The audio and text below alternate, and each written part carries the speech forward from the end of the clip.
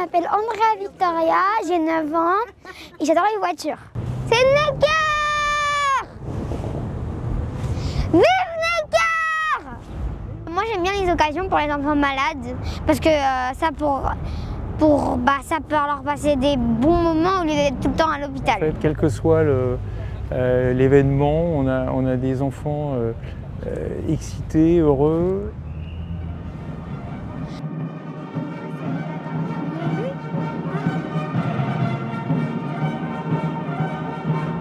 N'oubliez jamais que même si vous avez une maladie, vous êtes toujours beau. On a eu Andrea, moi j'avais 27 ans, toi t'en avais 28, parce que t'as un an de plus que moi. Et après on a eu Marco, donc Marco est arrivé 6 ans après.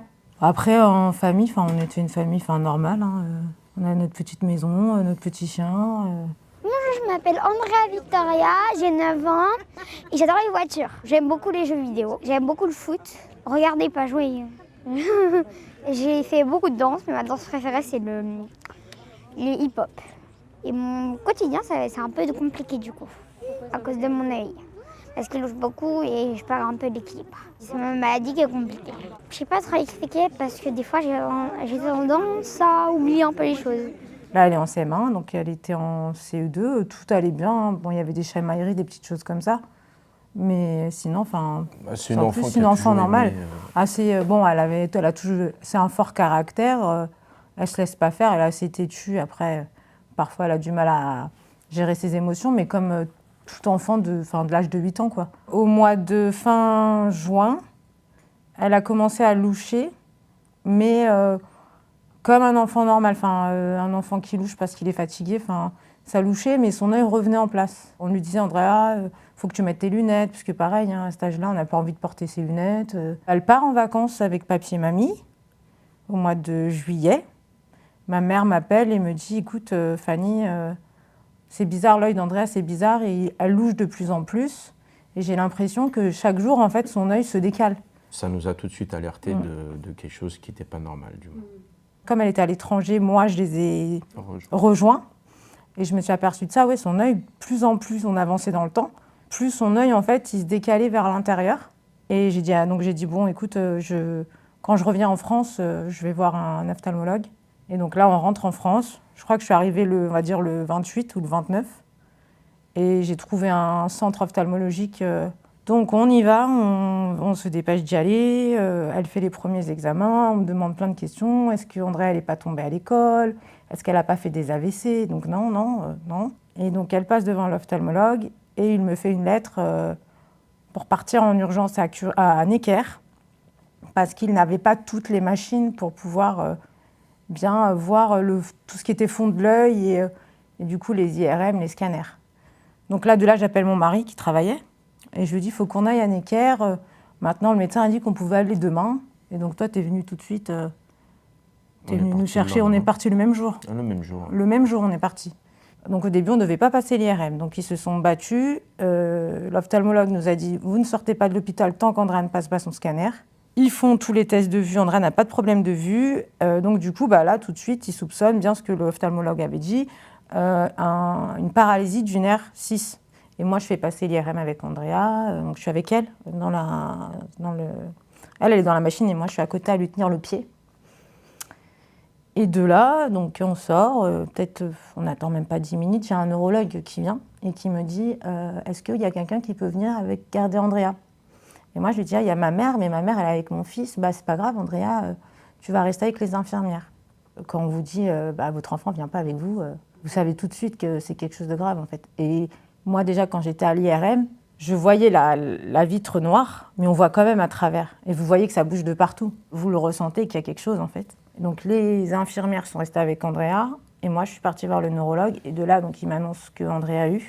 Elle a un gliome infiltrant du tronc cérébral. Donc c'est une tumeur qui s'infiltre au niveau du tronc. Donc le tronc en gros c'est comme si c'était le moteur du corps. En fait c'est entre la colonne vertébrale et la moelle épinière. La moelle épinière plutôt et le cerveau. C'est un cancer inopérable. Je me suis effondré parce que je ne m'attendais pas du tout à une telle chose. Ça a été très brutal et inattendu. Ils n'ont pas assez de recul pour savoir si ça guérit ou pas. Il y a des gens qui vivent 7 ans, il y a des gens qui vivent moins, quelques mois, quelques années. Après, il faut se dire que plus on avance, plus il y a des traitements et plus ils trouveront d'autres choses. Mais c'est la seule tumeur qui peut recevoir de la radiothérapie, mais qui ne peut pas recevoir de chimio. Elle réagit pas à la chimio. La radiothérapie, elle l'a bien supportée au début.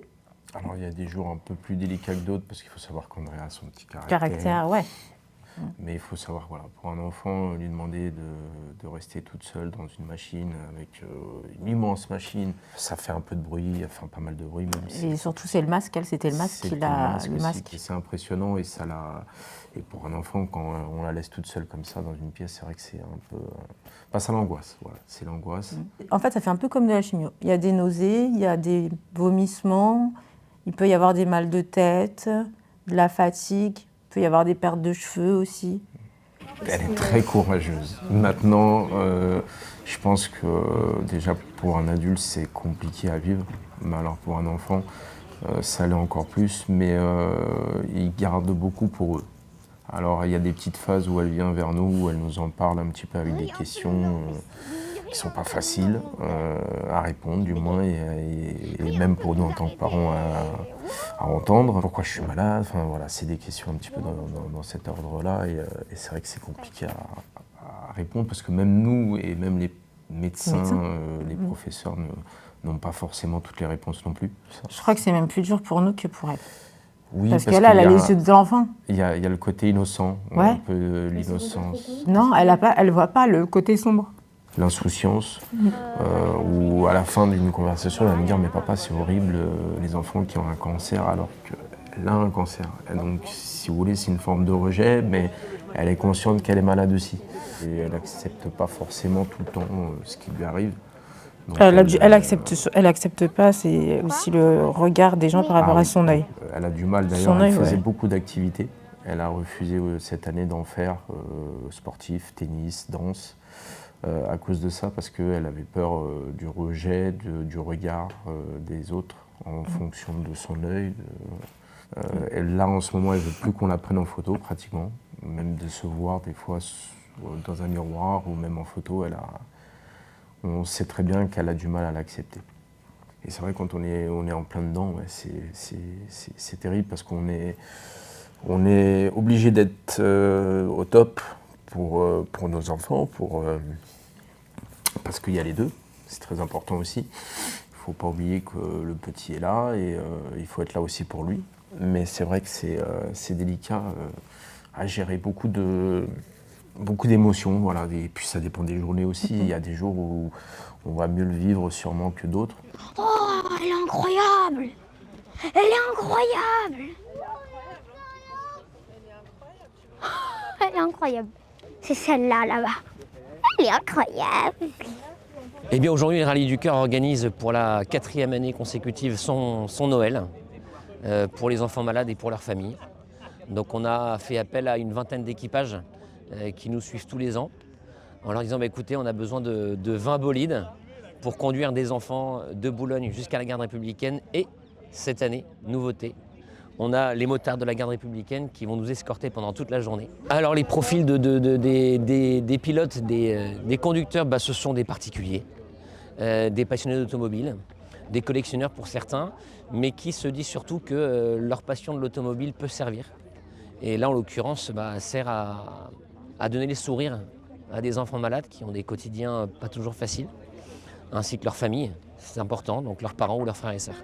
Et l'objectif, c'est de leur dire, écoutez, voilà, on pense à vous, on ne vous oublie pas, donc on va vous offrir une belle journée, un bon moment avec des jolies voitures qui certaines font beaucoup de bruit et leur offrir quelque chose qu'ils ne pourraient pas avoir au quotidien.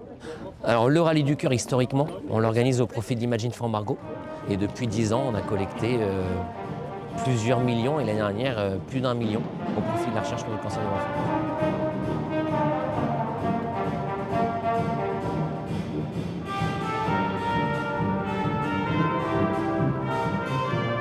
On est super attachés aux deux associations. Ouais. Pourquoi ? Parce qu'on a fait des rencontres merveilleuses, déjà d'une, beaucoup de soutien, énormément. Et on voit qu'on n'est pas tout seul. On le vit en faisant des activités, en partageant des expériences avec d'autres enfants, avec d'autres parents. Et je pense que c'est très important d'avoir cette communication-là, de partage. Et puis après, les enfants aussi, ils en ont plein les yeux. Ça les retire un petit peu du cadre de l'hôpital, du train-train, de la maladie aussi. Et puis même, grâce à Image for Margot, on a certains traitements. Enfin, voilà, sans eux, il n'y aurait même pas de médicaments. C'est que, on aurait dû aller où? On aurait dû se faire soigner aux États-Unis, en Australie. Il y a une contribution qui est très importante. Ça ne devrait pas être les associations qui se battent justement pour que des enfants soient guéris. En octobre dernier, la députée socialiste Marie Regald a déposé une proposition de loi visant à mettre en place un programme de soutien à l'innovation thérapeutique contre les cancers, les maladies rares et les maladies orphelines des enfants. La proposition met en exergue la réticence des industriels du médicament quant à la recherche et au développement des traitements spécifiquement pédiatriques contre ces pathologies chez les investisseurs qui recherchent un retour sur investissement important, rapide et durable. Êtes-vous en colère contre l'industrie pharmaceutique? Trouvez-vous que l'État en fait assez? Je pense que c'est un petit peu ce qui pose problème aujourd'hui dans notre société. Beaucoup se perdent un petit peu dans le côté financier et d'autres oublient le côté humain. Oui, ça coûte cher. Voilà, ça coûte cher. Mais après, aujourd'hui, on arrive à élaborer des téléphones high-tech, des voitures électriques, faire l'intelligence artificielle et ainsi de suite. Ouais, d'accord, mais dans quel but si demain on n'a pas d'enfants? Et puis les enfants, c'est le futur. Enfin, c'est maintenant qu'il faut le faire en fait. C'est eux qui vont créer après le monde plus tard. Donc si on les soigne pas. Sur le corps médical et tout ce qui entoure aujourd'hui le monde hospitalier, je pense qu'en France, on ne mesure pas la chance qu'on a d'avoir l'humain, parce qu'il y a des gens qui sont formidables et qui font des choses formidables. Les laboratoires pharmaceutiques devraient prendre exemple sur ces gens-là, parce que beaucoup travaillent sans relâche. Ce matin, on est parti avec Andrea à l'hôpital. Elle a fait connaissance de nouvelles personnes du corps médical. Et elle est sortie de là, la première chose qu'elle a dit, c'est « ils sont super, ils sont gentils ». Les enfants, c'est des éponges.